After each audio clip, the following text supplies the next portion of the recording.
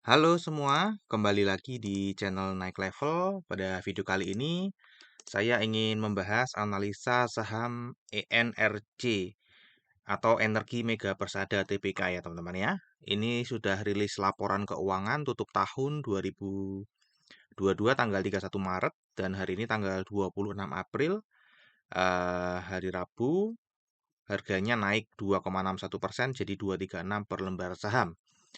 Oke, kalau kita cek di kinerja harga sahamnya, ya dalam waktu 10 tahun yang kalau teman-teman belinya 10 tahun yang lalu ini negatif cukup dalam ya. Nah, ini mulai 5 tahun dan 3 tahun ini mulai naik ya, apalagi kalau teman-teman belinya pas 3 tahun yang lalu. Kalau nggak salah sih harganya 50 ya, jadi naiknya sekitar 300 atau sekitar ini 4 kali lipat lebih ya. 372%. Ya untuk 1 tahun juga sedang naik. Kalau teman-teman belinya pas 6 bulan lalu, 3 bulan masih negatif ya. Dan ini juga mulai naik lagi 1 bulan 1 minggu terakhir. Untuk di 2023 sendiri harga sahamnya sudah minus 19,73%. Harga tertinggi setahun terakhirnya 404 dan terendahnya 175. Jadi ini sedang berada di lebih dekat dari titik terendahnya selama setahun terakhir. Oke, ini saya bacanya saham energi aja teman-teman ya, biar lebih enak. Seperti biasa ya teman-teman, kita akan membahas saham energi ini dari 4 analisa. Yang pertama dari analisa fundamental, gambaran umum dan kinerja umum perusahaan itu seperti apa. Kemudian dari seasonality, kira-kira harga saham ini biasanya naik atau turun di bulan apa saja. Kemudian di analisa bandarmologi nanti kita akan lihat ya setahun terakhir dan di bulan April ini sampai tanggal 26 April apa yang terjadi di perpindahan sahamnya seperti apa. Kemudian dari sisi teknikalnya nanti kita akan lihat arah harga sahamnya akan kemana. Oke, seperti biasa kita kenalan dulu ya dengan perusahaannya. Energi Mega Persada ini perusahaan hulu minyak dan gas bumi. Ya, wilayah operasinya ada di Indonesia dan Mozambik ya. Kegiatan usaha EMP ini Energi Mega Persada teman-teman ya, meliputi eksplorasi, pengembangan dan produksi minyak mentah, gas bumi dan gas metana batu bara. Ini listing sudah cukup lama 2004, IPO price-nya 160 dan pernah reverse split ya, reverse stock split. Jadi 8 saham digabungkan menjadi satu saham. Artinya kalau seperti itu IPO-nya dikali 8 ya. Jadi satu per lembar sahamnya IPO-nya adalah 1.280. Dan kalau kita lihat tadi harganya sekarang 200 berarti turunnya cukup dalam dari harga IPO. Nah, ini teman-teman ya, EMP tadi sudah disebutkan ya, perusahaan hulu minyak dan gas bumi, berdiri tanggal 2001 dan langsung muncul di bursa 3 tahun kemudian ya, 2004. Ya, ini operasi wilayahnya lebih detail tadi, Sumatera, Jawa Timur, Kalimantan Timur, Sulawesi Selatan, dan Mozambik di Afrika. Ya, ini data pada saat public expose ya teman-teman ya. Kemudian ini adalah cadangan juga ya, cadangan yang disampaikan. Ini nggak akan saya bahas lebih detail di sini. Oke, ini adalah informasi yang mungkin cukup membantu teman-teman ya. Jadi ada beberapa blok ini pembelinya adalah pembeli yang cukup besar ya. Ini adalah Pertamina, PLN, Pulp and Paper, ya, terus ada Petrokimia, Lukoil Asia Pasifik, ya. Jadi ini kebanyakan memang perusahaan-perusahaan besar ya. Nah, sebagai gambaran aja teman-teman ya, tahun 2022 itu eh, antara gas bumi dan minyak mentahnya itu 70% didominasi oleh gas bumi dan 2021 pun demikian ya. Lebih dominan gas bumi ya. Jadi nanti ini untuk kira-kira mengestimasi ya, mengestimasi kinerja pendapatannya. Ya, jadi sekitar 70% dari gas bumi. Nah, karena ini perusahaan komoditas, kita akan bahas sedikit teman-teman ya mengenai komoditasnya. Gas bumi ya. Gas ini 2022 mencapai harga yang cukup tinggi ya, sempat menyentuh 9,8 ya US dollar ya. Namun sekarang ini 2023 sudah turun bahkan lebih rendah daripada awal 2022. Jadi sudah balik lagi ke harga 2021 teman-teman ya. Nah, ini di awal ya, bahkan lebih rendah lagi nih ya. Lebih rendah lagi 2020 di sini teman-teman ya. Jadi karena tadi kita sudah lihat ya struktur dari pendapatannya 70% dari gas, maka ini kurang bagus teman-teman ya sentimen seperti ini. Kemudian yang kedua adalah crude oil ya. Crude oil ini juga sama turun ya, harga energi memang sudah turun semua. Sudah turun, namun ini masih di sini teman ya. Ini masih di area 2021 lah ya. Jadi kira-kira 30% itu menyumbang kira-kira kinerjanya mirip-mirip dengan 2021 seandainya nanti 2023 harganya tetap di sini. Sedangkan gas juga ini kira-kira ya performance-nya nanti di tahun 2023 adalah mirip-mirip 2020 atau 2021 di semester 1 ya. Jadi kita lebih ambil ke 2020 aja teman-teman ya. Karena dominannya ada di gas, maka nanti kita akan prediksinya menggunakan ini teman-teman ya, yang 2020. Oke, sekarang kita akan masuk ke kinerja pendapatannya teman-teman ya. Secara umum, kalau kita lihat di sini teman-teman ya, ini fluktuatif teman-teman ya, naik dan turun. Kalau kita lihat ini 2022 ternyata nggak lebih tinggi daripada 2012, 2013, 14, 15 teman-teman ya. Jadi bukan all time high, padahal tadi harga gasnya cukup tinggi teman-teman ya. Eh, Kalau kita lihat nanti 2023 ya, karena ini kan tinggi dibandingkan 1, 2, 3, 4, 5, 6 tahun yang lalu ya. Jadi 6 tahun ini performa tertinggi dari 6 tahun yang lalu. Nah, di 2023 ini prediksinya kira-kira akan sama dengan 2020, kira-kira seperti itu tadi ya. Dengan acuan harga komoditas yang sudah berjalan di 2023 ini. Ya, jadi 2020 nanti akan menjadi acuan kita untuk performance di 2023 kira-kira. Kira-kira mirip-mirip gitu ya. Nah, ini kinerjanya fluktuatif teman-teman ya, karena memang mengikuti harga komoditas ya. Yang saya garis bawahi adalah di sini laba bersihnya ini ya.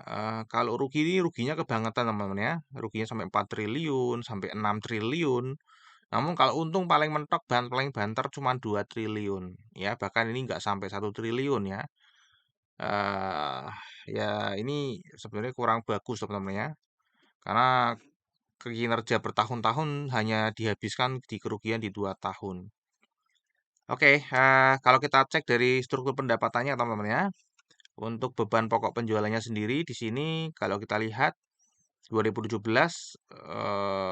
cukup rendah juga ya, kemudian 2018 meningkat, ini turun, naik fluktuatif tergantung harga komoditasnya teman-teman ya.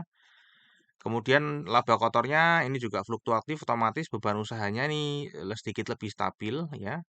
Dan ini ada penghasilan atau beban lain-lain yang kalau kita lihat di 2018 dan 2019-nya cukup tinggi ya dibandingkan dengan pendapatannya. Ini saya belum cek ya lebih detail ini apa. Kemudian laba bersihnya kalau kita cek lumayan ya. Ini single digit ini negatif 2018, 2020 double digit, ini single digit, double digit lagi. Ya, jadi ini secara struktur pendapatannya seperti ini. Kemudian kalau kita cek kinerja apa 2022 ke 2021-nya ini naik ya pendapatan 21,5%, laba kotornya naik 35,3%, laba usahanya naik 36% dan laba bersihnya juga naik. Jadi ini naik ya kinerja jangka pendeknya karena mestinya memang naik ya karena harganya tadi tinggi ya di tahun 2022. Nah, untuk valuasinya sendiri pada saat video ini dibuat ya price to book value-nya ada di 0,64 dan PE ratio-nya ada di 5,63. Nah, kalau kita bandingkan dengan tahun-tahun sebelumnya ini nggak kelihatan ya. Memang ini lebih rendah ya dibanding 2022 secara price to book value ya dan lebih tinggi dibandingkan tahun-tahun sebelumnya bahkan ini sempat ada negatif. Kemudian untuk price to book value-nya ini di atas rata-rata teman-teman ya, masih di atas rata-rata. Rata-ratanya memang apa? Memang cenderung di bawah satu ini sahamnya pernah di atas satu tahun 2016 ya 2010 dan 2011 namun selainnya ini memang di bawah satu oh sorry 2011 dan 2016 saja ya ini di bawah satu ya dan ini masih terbilang di atas rata-rata PBV-nya. Untuk ROE-nya sendiri 11,35%, ini adalah perform tertinggi mestinya ya teman-teman ya. Mestinya 2023 nggak akan bisa mengulangi perform 2022 ini karena berdasarkan harga komoditas ya. Jadi mungkin nanti laporan kuartal 1 valuasinya bisa berubah total. Ya, ROE-nya pada saat video ini dibuat berdasarkan laporan kuartal 4 2022 ya 11,35%, karena kita bayarnya di 0,64%, maka earning yield-nya 17,77%. Jadi ini sebenarnya terbilang murah teman-teman ya secara valuasi. Nah, sayangnya ya meskipun terbilang murah secara valuasi, ini tidak pernah bagi dividen. Ya, kalau kita lihat ya kelihatan ya teman-teman harga sahamnya 200 ya. Setahun bisa menghasilkan 42. Bahkan di 2020 pernah menghasilkan 73. Mestinya kan sangat murah ya. Namun sayangnya nggak pernah bagi dividen ya teman-teman ya. Untuk seasonality sendiri ini juga kurang menyenangkan kalau dilihat ya, karena memang ini kecenderungannya lebih banyak turunnya daripada naiknya. Meskipun kalau sekali naik, ini naiknya luar biasa nih ya. Contoh bulan 2017 ya. Naiknya langsung 64%, habis itu turun, habis itu 0,000. Kemudian ini turun lagi ya. Ini kemungkinan disuspend teman-teman ya. Kemungkinan disuspend, turun lagi ya. Jadi ini saham yang sangat fluktuatif juga teman-teman ya. Kalau naik bisa sampai 70%, pernah breaker nggak dalam satu bulan ya? Ternyata nggak ada ya, nggak pernah breaker, paling tinggi hanya 89,9%. Namun kalau sekali minus dalam satu bulan, ini yang tertinggi minusnya ada di sini ya, 35% teman-teman ya. Ya, ya 35% teman-teman ya, paling tinggi minusnya di dalam satu bulan. Namun kalau kita cek dari satu tahun ini pernah breaker ya, 2020 breaker, 2022 breaker. Ya, jadi ini potensinya hanya nanti di bulan September itu pun hanya 50%. Nah, sekarang kita akan cek dari analisa bandarmologinya ya. Ini pengendalinya adalah PT Bakri Kalila Investment. Nah, kalau dengar kata Bakri mestinya kita tahu ya ini milik siapa. Publiknya 46,101%, ini ada Sekuritas Indonesia 6,02% ya. Jumlah pemegang sahamnya ini bertambah teman-teman, jadi menarik sekali ya. Jumlah pemegang sahamnya ini bertambah. Untuk partisipasi investor asing di sini nggak terlalu signifikan, jadi bisa diabaikan saja. Namun secara overall 2022 kuartal 4 sedang memborong ya. Namun 2023 ini sedang menjual. Namun ini enggak terlalu impact di harga, pergerakan harga teman-teman ya. Nah, ini adalah secara detailnya ya saham energi, apa yang terjadi setahun terakhir ya.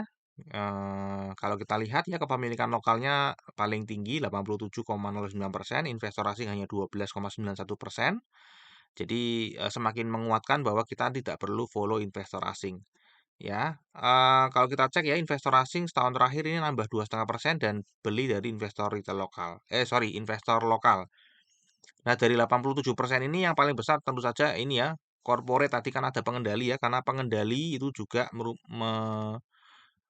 bentuk sahamnya adalah saham scriptless ya. Artinya pengendali ini bisa menjual barangnya sewaktu-waktu di bursa juga. Ya, kemudian kalau kita cek yang terbesar kedua adalah sekuritas ya. Sekuritas tadi kita juga lihat ada sekuritas ya, CIMB Sekuritas Indonesia, namun hanya 6% ya. Ini sudah 12% ya, ini 6,5%. Ya, nggak tahu nih yang belum update, kayaknya ini belum update atau gimana, saya kurang paham. Atau sekuritasnya mungkin sekuritas lain juga bisa. Ya, kemudian udah sih ini corporate asing juga terbesar ya, besar 8,74. Dan kalau kita lihat perpindahannya, ya di sini kelihatan sekali investor retail lokal sedang mengurangi barangnya cukup signifikan teman-teman ya. Dan ini terjadi setiap bulan ya, setiap bulan turun buang terus. Jadi investor retail lokal mulai lepas saham ini secara berkelanjutan ya, tinggal sisa 11,7%. Dan kalau seperti ini sudah pasti yang nampung pastinya uang besar, karena di sini yang uang kecil cuman lokal ide, yang lainnya ini dana besar semua teman-teman ya. Cuman ini buang berarti yang nampung pasti uang besar. Kalau kita lihat di sini uang besarnya adalah sekuritas teman-teman ya. Ya di sini kita lihat ya membeli juga ya, membeli. Kemudian yang dominan lagi ini lokal IB menghabiskan sahamnya ya, dari yang punya 1% dibuang total sampai nol ya. Kemudian ini foreign other ya, tadi sedang membeli juga ya. Jadi ini sedang akumulasi teman-teman dari bulan Maret ke Maret. Kemudian ini kalau kita cek tadi kan saya sudah sebutkan bahwa pengendali itu sahamnya juga scriptless dan dia bisa menjual sahamnya sewaktu-waktu di bursa dan ini memang terjadi. eh Bakri Kalila Investment ini memang dulu kepemilikannya 2021 adalah 57,23. Ya, dia jual, jual, jual, jual, jual, pernah beli juga, jual, beli dan jual lagi. Terakhir ini masih sangat dekat ya, 21 Maret 2023. Ya, baru bulan lalu teman-teman ya. Ini masih menguranginya. Ya, jadi ini sebenarnya kurang bagus karena apa? Pengendalinya membuang kira-kira 10%-an dari kepemilikannya. Oke, untuk tanggal 1 sampai eh ini sekarang tanggal berapa tadi? Tanggal 1 sampai tanggal 26 ya, sorry ini ya, ini capture-nya terlalu kecil, nggak kelihatan tanggal ini. Dari tanggal 1 sampai tanggal 26 April, ini terlihat dari broker summary adalah sedang big accumulation ya, kelihatan sekali ada satu broker AK yang sangat dominan, kemudian KK juga dominan ya, sangat dominan dalam pembelian, dan ini terdireksi sedang big accumulation. Ya, kalau kita lihat di sini harganya selama big accumulation juga sideways ya, nggak kemana-mana, nggak bergerak kemana-mana dari sini. Oke, kemudian kalau kita cek dari sisi teknikalnya teman-teman ya, ini per hari eh likuiditasnya 20 miliar per hari, jadi cukup oke. Kalau kita lihat di sini, ini sebenarnya kelihatan sekali sedang downtrend teman-teman ya, sedang downtrend membentuk lower high dan lower low. Oh, di sini. Oh, ini enggak ya. Ya, broad downtrendnya selesai sampai di sini ya. Ini sudah di break ya. Dia higher high di sini, higher high dari sini ya. Ini higher high.